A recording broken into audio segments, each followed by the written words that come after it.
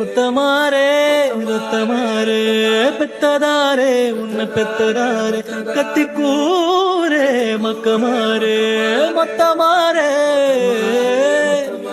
தங்க குட்டி அங்க பாருடா, எப்படி மரம் செடி கொடி எல்லாம் அசைது பாரு. நீ பாக்குறியா? அப்பா பேசுறது உனக்கு கேக்குதாடி தங்கம்?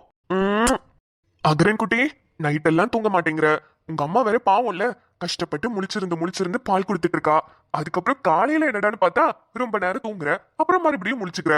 நீ பிறந்ததுல இருந்து பால் குடிக்கிறது, தூங்குறது, பாத்ரூம் போறது, இது தவிர ஒண்ணுமே பண்ண மாட்டியாடா? ஆனா உன் லைஃப் எல்லாம் எவ்வளவு ஜாலியா இருக்கு பாரு. சாப்பிடுறோம், தூங்குறோம், உச்சி போறோம், மறுபடியும் சாப்பிடுறோம், தூங்குறோம், உச்சி போறோம். இப்படி எல்லாம் ஒரு வாழ்க்கை கிடைச்சா எவ்வளவு நல்லா இருக்கும்ல. ஆனா நான் பாரு, வேலைக்கு போனோம், ரைஸ் மில்ல பாத்துக்கணும், அங்க என்ன இருக்கு, இங்க என்ன வருது, வீட்டுல பிரச்சனை, அப்பாப்பா இது எல்லாத்தையும் கூட சமாளிச்சிட வேண்டாம். ஆனா உங்க அம்மான்னு ஒருத்தி இருக்கா பாரு, அவளை சமாளிக்கிறதாண்டா பெரிய கஷ்டமா இருக்கு. எல்லாத்துக்கும் பிரச்சனை பண்றா, எல்லாத்துக்கும் சண்டை போடுறா. இனிமே நீ வந்துட்டல, உங்க அம்மாவை சண்டை போட விடாம நீ தான் பாத்துக்கணும், சரியா?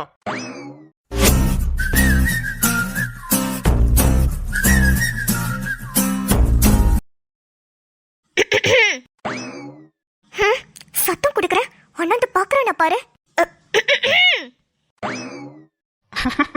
அடி பாவி, நேர்ல வந்து நின்னுட்டு சத்தம் கொடுக்கறியா?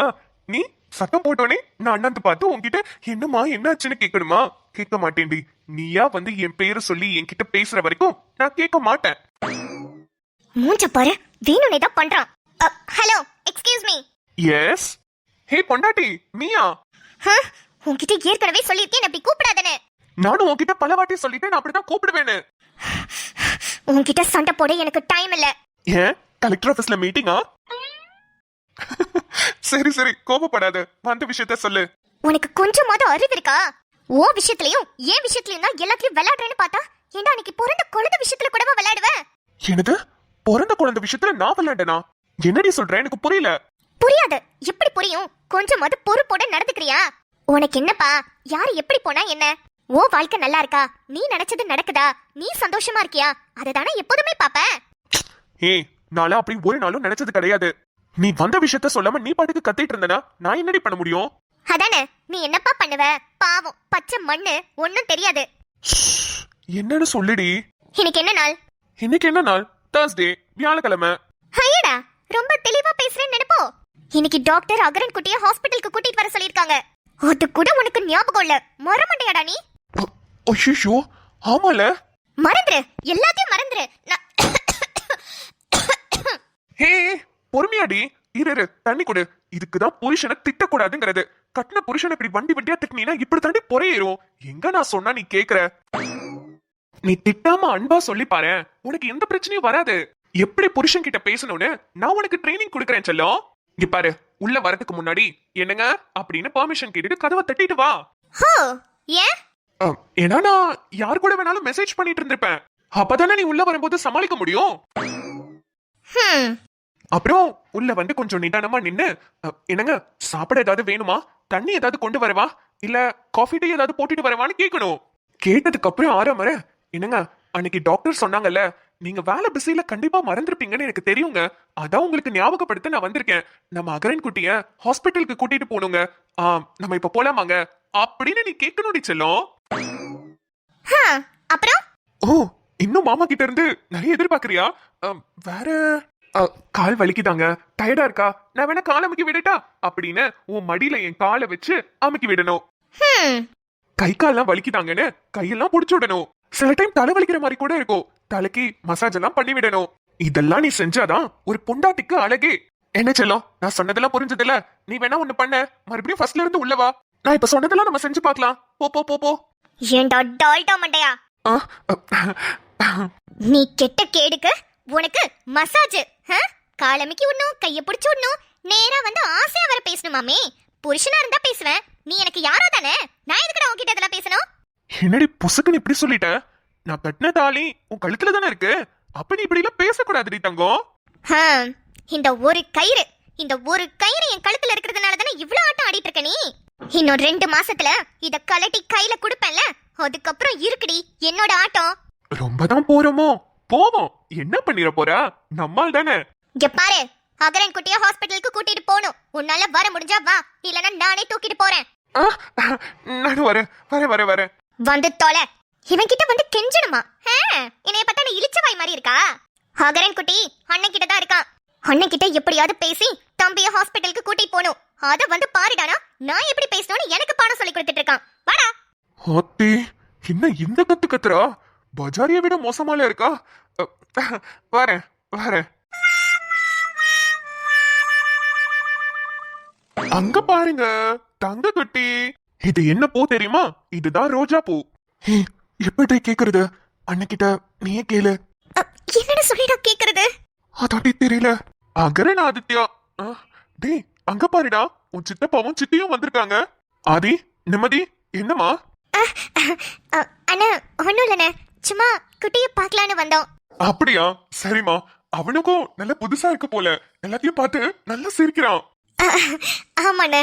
உண்மையா சொல்லணும்னா இப்பதாம்மா எனக்கு ரொம்ப சந்தோஷமா இருக்கு. எனக்கு கரெக்டா 5 வயசு இருக்கும்போது எங்க அம்மா ஆதியை கொண்டு வந்து என் கையில கொடுப்பாங்க. தம்பிக்கு விளையாட்டு காட்டுப்பா, நான் சமைச்சிட்டு வரேன்னு சொல்லுவாங்க. நானும் ஆதியை வச்சுட்டு விளையாடிட்டு இருப்பேன். நான் விளையாட அவன் நல்லா சிரிப்பான். இப்ப என் கையில என்னோட புள்ள, அவனும் நான் விளையாட்டு காட்ட சிரிக்கிறான். எனக்கு அகரன் பண்றதெல்லாம் பார்க்கும்போது ஆதி சின்ன வயசுல என்னென்னலாம் பண்ணானோ அதே மாதிரி இருக்குமா? அதனால தானே அகரன் பேருக்கு பின்னாடி ஆதி பேரையும் சேர்த்து வச்சிருக்கீங்க. ஆமாமா, உண்மைதான். எங்க அம்மா சொல்லிட்டே இருக்காங்க, அகரனை பாக்குறதுக்கு அப்பாவா பாக்குற மாதிரி இருக்குன்னு. ஆனா எனக்கு என்னவோ என் தம்பிய சின்ன வயசுல பார்த்த மாதிரியே இருக்குமா. அகரன் குட்டி, இங்க பாருடா, உன் சித்தப்பாவும் உன் சித்தியும் உன்னை பாக்குறதுக்காக தான் வந்திருக்காங்க. அவங்க கிட்ட கொஞ்ச நேரம் போறியா? எப்படி வெளியே கூட்டிட்டு போறது? நான் வேணா ஒரு ஐடியா சொல்லவா? பேசாம எங்க அம்மா கிட்ட கூட்டிட்டு போயிட்டு காட்டுறேன்னு சொல்லி தம்பிய வெளியே கூட்டிட்டு போலாமா? வேதாக்காவா இருந்தா கண்டிப்பா விட மாட்டாங்க. முத்தண்ணா கிட்ட தானே இருக்கான், கூட்டிட்டு போயிடலாம்டா. அது தவிர வேற வழியே இல்ல. சுடரம்மா கிட்ட பாப்பாவை காட்டுறோன்னு சொல்லி கூட்டிட்டு போலாம். இரு, நானே கேக்குறேன். சரிடி. அண்ணா, நான் ஒரு விஷயம் சொன்னா தப்பா எடுத்துக்க மாட்டீங்களே? சொல்லுமா. நீ என்னமா தப்பா சொல்லிட போற? என்னன்னு சொல்லுமா. இல்லண்ணே, அம்மா தம்பிய பாக்கணும்னு ரொம்ப ஆசைப்பட்டாங்க. ஆனா அம்மாக்கு கொஞ்சம் உடம்புக்கு முடியலண்ணே. இடுப்பு கை கால்லாம் ரொம்ப வலியா இருக்குன்னு சொன்னாங்க. அவங்க தம்பிய கூட்டிட்டு வந்து காட்டுறியான்னு கேட்டாங்க. நீங்க தப்பா எடுத்துக்கலனா நான் தம்பிய அம்மா கிட்ட கூட்டிட்டு போய் காமிச்சிட்டு வரவா? ஐயோ, என்னமா நீ? நான் ஆதி கிட்ட சொன்னதை உன்கிட்டயும். வேதாவும் நானும் மட்டும் தம்பிக்கு அம்மா அப்பா கிடையாது. நீங்க 2 பேருமே அவனுக்கு அம்மா அப்பா தான். சரிங்கண்ணே. தாராளமா போலாமா. நம்ம எல்லாரும் சேர்ந்து அம்மாவை போய் பார்க்கலாம். போச்சு. எல்லாரும் சேர்ந்தா? ஐயோ அண்ணே, அது இருமா, வேதா தூங்கிட்டு இருக்கா. அவளையும் நான் எழுப்பி கிளம்ப சொல்றேன். அவங்கள மட்டும் தயவு செஞ்சு எழுப்பிடாதீங்க. அது நம்ம காரு சர்வீஸ்க்கு போயிருக்குல்ல. ஆமா, வண்டியில தான் போறோம். அகரன் குட்டி வந்ததுனால கார்ல ஏசி எல்லாத்தையும் சரி பண்ண சொல்லி நீங்க தானே சர்வீஸ்க்கு விட சொன்னீங்க. வண்டி மட்டும்தான் இருக்கு. நானும் நிம்மதியும் தம்பியை கூட்டிட்டு போய் பாத்துட்டு வந்துடுறோமே. டே, அது எப்படா நல்லா இருக்கும்? சுடரமா என்னை பத்தி என்ன நினைப்பாங்க? குழந்தைய மட்டும் கொடுத்து விட்டுருக்கேன்னு நினைக்க மாட்டாங்களா? அண்ணா, அதெல்லாம் அம்மா ஒண்ணும் நினைக்க மாட்டாங்கண்ணே. உங்களுக்கு தான் அம்மாவை பத்தி தெரியுமே. மா, தெரிஞ்சாலும் மரியாதைன்னு ஒண்ணு இருக்குல்லம்மா. அண்ணா, ஒன்னும் பிரச்சனை இல்ல. நீங்க வேதாக்காவை டிஸ்டர்ப் பண்ணாதீங்க. அவங்க நல்லா ரெஸ்ட் எடுக்கட்டும். நைட்டு ஃபுல்லா பாவம் முழிச்சிருந்து எவ்வளவு கஷ்டப்பட்டிருப்பாங்க. கொஞ்ச நேரம் நாங்களும் அப்படியே தம்பியை வெளியே கூட்டிட்டு போயிட்டு வரோம். அவனுக்கு ஒரு மாதிரி புதுசா இருக்கும்ல. இல்லம்மா, அது யோ என் பொண்டாட்டி என் கூட வெளியே வரேன்னு ஒத்துக்கிட்டதே பெரிய விஷயம். அத வேற ஏன் பேசியே கெடுக்கிற? என் கல்யாணத்துக்கு அப்புறம் இப்பதான் முதல் வாட்டி என் கூட பைக்ல வரேன்னு ஒத்துக்கிட்டா. அதுவும் புள்ளைய காட்டுறதுக்காக தான். இல்லனா என் கூட பேச மாட்டாயா? தயவு செஞ்சு புரிஞ்சுக்கோயா. இப்பாரு, நீ எனக்கு அண்ணன் தானே. எங்களுக்கும் பிரைவசின்னு ஒண்ணு இருக்குல்ல. நானும் போய் என் பொண்டாட்டி கூட அப்படியே ஜாலியா சுத்திட்டு வரேனே. சரிடா, சரி, கெஞ்சாத. இந்தா புள்ளைய புடி, பார்த்து பத்திரமா கூட்டிட்டு வாங்க. அப்பாடியோ, கொடுத்து தொலை. இங்க பாரியா, உன் பொண்டாட்டி எந்திரிச்சிட்டாங்கன்னா தயவு செஞ்சு சமாளிச்சிரு. நாங்க சீக்கிரமா போயிட்டு சீக்கிரமா வந்துடுறோம். சரிடா, அவளை நான் பாத்துக்கிறேன். நீங்க பத்திரமா போயிட்டு வாங்க. அண்ணா, தம்பிக்கு குள்ளாலாம் எடுத்து கொடுங்கண்ணே. காத்து ரொம்ப விசுவிசுன்னு அடிக்குதுல. நான் தம்பிக்கு குள்ளா போட்டு கூட்டிட்டு போயிட்டு வரேன். சரிம்மா, நான் எல்லாத்தையும் எடுத்து கொடுக்குறேன். நீங்க போய் வண்டி எடுங்க. டேய், அண்ணன் கிட்ட என்னடா சொன்ன? அவ்வளவு நேரம் நானும் வரேன்னு சொன்னவரு திடீர்னு நீங்க கூட்டிட்டு போங்கன்னு சொல்லிட்டாரு. அதுவா, அது என் பொண்டாட்டி கூட நான் தனியா வெளியே போறேன், நீங்க எதுக்கு கூட வரீங்க, எங்களுக்கும் பிரைவசி எல்லாம் இருக்கும்ல அப்படின்னு சொல்லி கேட்டேன். அது போயிட்டு வந்து சொல்லிட்டாரு.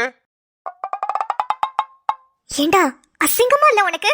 இல்ல, என் பொண்டாட்டி கூட தானே போறேன், பக்கத்து வீட்டுக்காரன் பொண்டாட்டி கூடவா போறேன்? நான் எதுக்கு அசிங்கம் பண்ணும்? சரி சரி, டைமை வேஸ்ட் பண்ணாம மாமா கீழே வெயிட் பண்ணிட்டு இருக்கேன், வந்து வண்டியில ஏறுவா. இவனா என்ன இவனுக்கு மட்டும் சூடு சொரணே இருக்க மாட்டேங்குது. எவ்வளவு திட்டினாலும் இவன் மட்டும் இவ்வளவு ஜாலியாவே இருக்கான். டேய், குழந்தைக்காக உன்னை சும்மா விடுறேன், இல்லனா உன்னை என்ன பண்ணுவேனே தெரியாதுடா. ஐயோ, இப்ப வண்டியில வர போறோம், நம்மள டார்ச்சர் பண்ணி எடுக்க போறான்.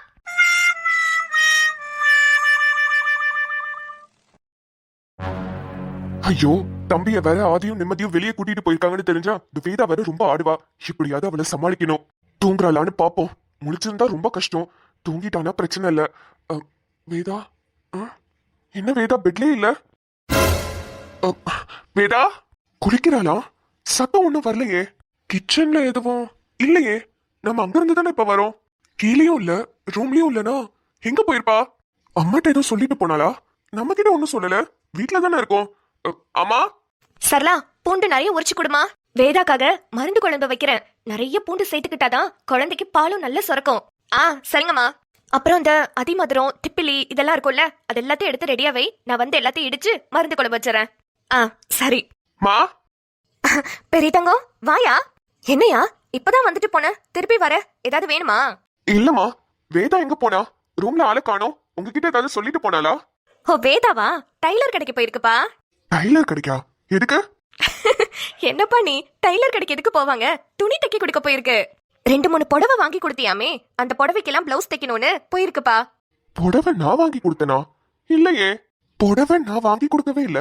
அப்புறம் அவ எதுக்கு டெய்லர் கடைக்கு போனா? சரி, அப்படியே போனாலும் அவ என்கிட்ட எதுக்கு சொல்லாம போனா? என்னையா, உன்கிட்ட சொல்லிட்டு போயிருக்கோம்ல, அப்புறம் எதுக்கு வந்து தேடிட்டு இருக்க? சொல்லிட்டு போனா நான் ஏமா தேட போறேன்? அவ என்கிட்ட எங்க போறேன்னு சொல்லவே இல்லையே. நான் அவ தூங்கிட்டு இருக்கான்னு நினைச்சிட்டு இருக்கேன். உன்கிட்ட சொல்லலையா? நான் ஹால்ல டிவி பார்த்துட்டே காய் வெட்டிட்டு இருந்தேயா, அப்பதான் இறங்கி போச்சு. எங்கம்மா போறேன்னு கேட்டேன், அப்பதான் சொன்னிச்சு டெய்லர் கடைக்கு போறேன்னு. அதான் சரி போயிட்டு வான்னு சொன்னேன். என்னமோ தப்பா இருக்கே. சொல்லுங்க மிஸ்ஸஸ் வேதா, என்ன பார்க்கணும்னு நீங்க கேட்டுக்கிட்டீங்களாமே. ஆமா மேடம், உங்களை பார்க்கணும்னு தான் ரொம்ப நாளா ட்ரை பண்ணிட்டு இருக்கேன். சொல்லுங்க, என்ன வேணும்? மேடம், எங்க வீட்டுக்காரோட தாத்தா பேர்ல நிறைய சொத்து இருக்கு மேடம். அது எல்லாத்தையுமே சரி பங்கா பிரிச்சு என் வீட்டுக்காருக்கு ஒரு தம்பி ஒரு தங்கச்சி 3 பேருக்கு சரிசமமா பிரியுது மேடம். ஓகே. ஆனா எனக்கு அதுல உடன்பாடு இல்ல மேடம். உங்களால ஒன்றும் பண்ண முடியாதே. தெரியும் மேடம், இருந்தாலும் எனக்கு அந்த சொத்து எல்லாமே என் வீட்டுக்கார பேருக்கு மட்டுமே வரணும். அதுக்கு என்ன மேடம் பண்ணணும்?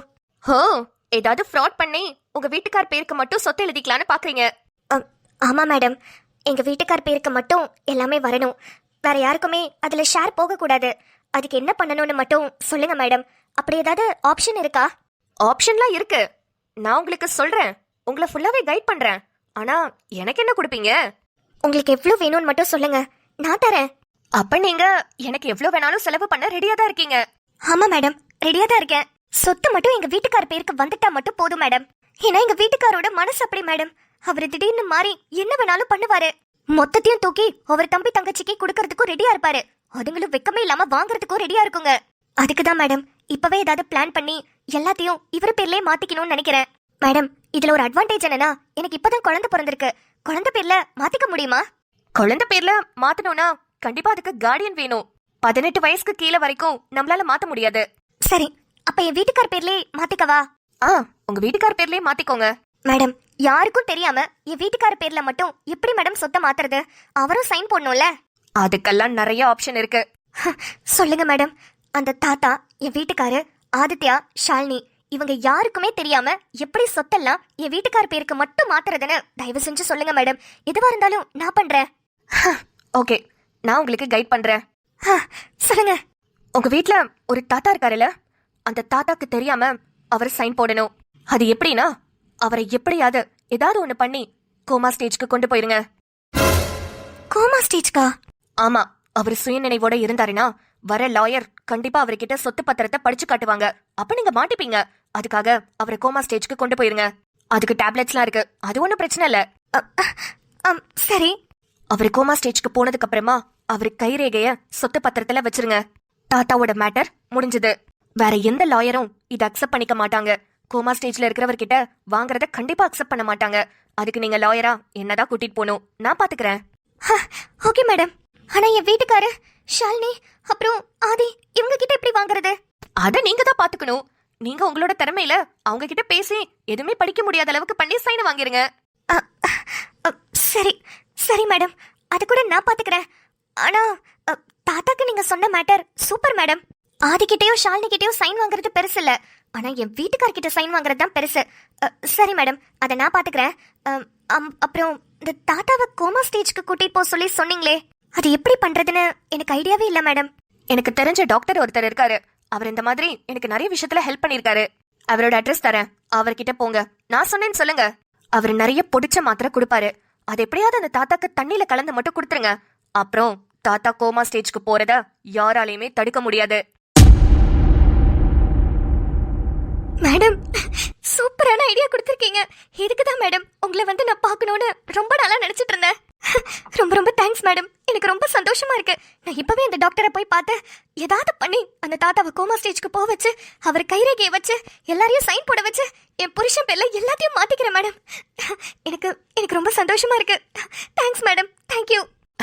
பரவாயில்ல, எனக்கு ஒன்றும் இது புது கேஸ் கிடையாது. உங்களை மாதிரி நிறைய பேருக்கு நான் நிறைய ஹெல்ப் பண்ணிருக்கேன். Super madam. சரி, டாக்டரோட அட்ரஸை வாங்கிட்டு ஃபீஸை கட்டிட்டு போங்க. ஃபீஸ் எவ்வளோ மேடம்? 3500 ரூபா. மேடம், வந்து நின்று பேசினதுக்கு 3500? எவ்வளோ பெரிய கிரிமினல் ஐடியா வாங்கியிருக்கீங்க. மாட்டினா நானும் தான் கூட சேர்ந்து மாட்டுவேன். ஆனா நீங்க மாட்டினா கண்டிப்பா உங்களை யாரும் வெளியே எடுக்க முடியாது. நான் மாட்டினா 2 நாள் தான் டக்குன்னு வெளியே வந்துருவேன். இவ்வளோ ஐடியா கொடுத்துருக்கேன், கண்டிப்பா நீங்க கொடுத்துதான் ஆகணும். எனக்கு நீங்க ரொம்ப செலவு பண்ணா மட்டும்தான் சொத்தெல்லாம் மாத்தி எழுதிக்க முடியும்.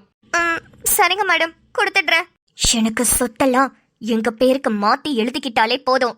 சரி, அடிக்கடி நீங்க என்ன வந்து மீட் பண்ணாதீங்க, டவுட் வரும். டைரக்டா டாக்டர் கிட்ட போயிட்டு கோமா ஸ்டேஜ்க்கு போறதுக்கு டேப்லெட்ஸை வாங்கிட்டு அந்த தாத்தாக்கு கொடுத்துட்டு கோமா ஸ்டேஜ் போனதுக்கு அப்புறமா எனக்கு ஒரு ஃபோன் பண்ணுங்க, நான் வரேன். ஓகே மேடம், எல்லாம் முடிச்சிட்டு உங்களுக்கு சொல்றேன்.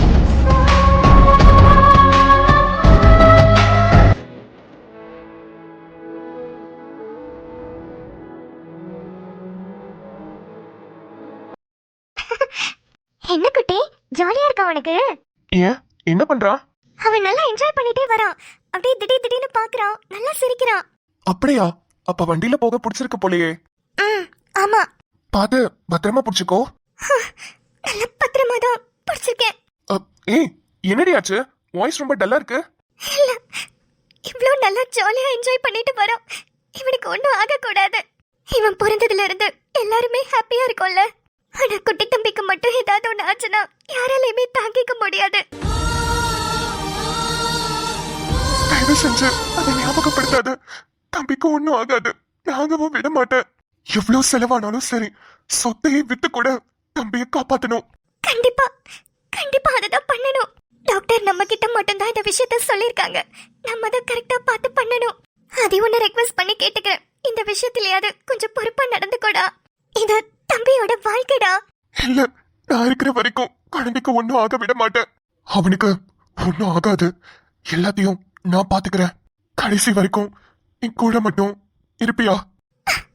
கண்டிப்பா இருப்பேன், தம்பிக்காக கண்டிப்பா இருப்பேன்.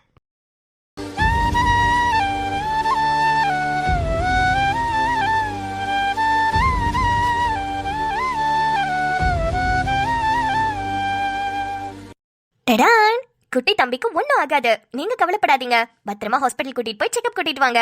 ஏ வேதா, எப்படியாவது சொத்தெல்லாம் உனக்கு மட்டுமே வந்து நீ மட்டுமே ஜாலியா அனுபவிக்கணும்னு நினைக்கிற நீ எங்க? நம்ம ஆரி பையன் எல்லா சொத்தையும் வித்து நம்ம புள்ளைய காப்பாத்தணும்னு நினைக்கிற அவன் எங்க? உண்மை தெரியும் போது உனக்கு தெரியும், அப்பயாவது நீ திருந்திரியான்னு கூட தெரியலையே. பாக்கலாம் பார்க்க தானே போறோம். இப்ப வேற புது பிளானா தாத்தாவை கோமா ஸ்டேஜ்க்கு போ வைக்கிற பிளான போட்டு வச்சிருக்க. இது ஒர்க் அவுட் ஆகுமா இல்லையான்னு பாப்போம். வீடியோ கொஞ்ச நாளா ஒழுங்கா போட முடியல. கிளைமேட் மாறினதுனால சாய் குட்டிக்கு கொஞ்சம் கோல்ட் அண்ட் ஃபீவர் இருந்துச்சு. அதை சரி பண்றதுக்கு தான் லேட் ஆயிடுச்சு. இப்போ பாப்பா பரவாயில்ல, நல்ல பெட்டராவே இருக்காங்க. இனிமே கண்டிப்பா வீடியோ ரெகுலரா வரும்னு நினைக்கிறேன். சொல்லிட்டு தான் இருக்கோம், போடதான் முடியல, சாரி மக்களே. சரி, உங்களுக்கு இந்த வீடியோ பிடிச்சிருந்ததுன்னா வீடியோக்கு ஒரு லைக் கொடுத்துட்டு உங்க ஃப்ரெண்ட்ஸ் அண்ட் ஃபேமிலிக்கு ஷேர் பண்ணிடுங்க. சேனலை மறக்காம சப்ஸ்கிரைப் பண்ணி வச்சுக்கோங்க. அப்புறம் நம்ம வீட்ல இன்னைக்கு பூசணிக்காய் முருங்கைக்காய் போட்டு சூப்பரான சாம்பார் வச்சு புடலங்காய் பொரியல் பண்ணியிருந்தோம். நீங்க எல்லாரும் என்ன சமைச்சீங்கன்னு சாப்பிட்டீங்கன்றத மறக்காம கமெண்ட் செக்ஷன்ல சொல்லுங்க. நாளை வீடியோவில் சந்திப்போம். பாய்.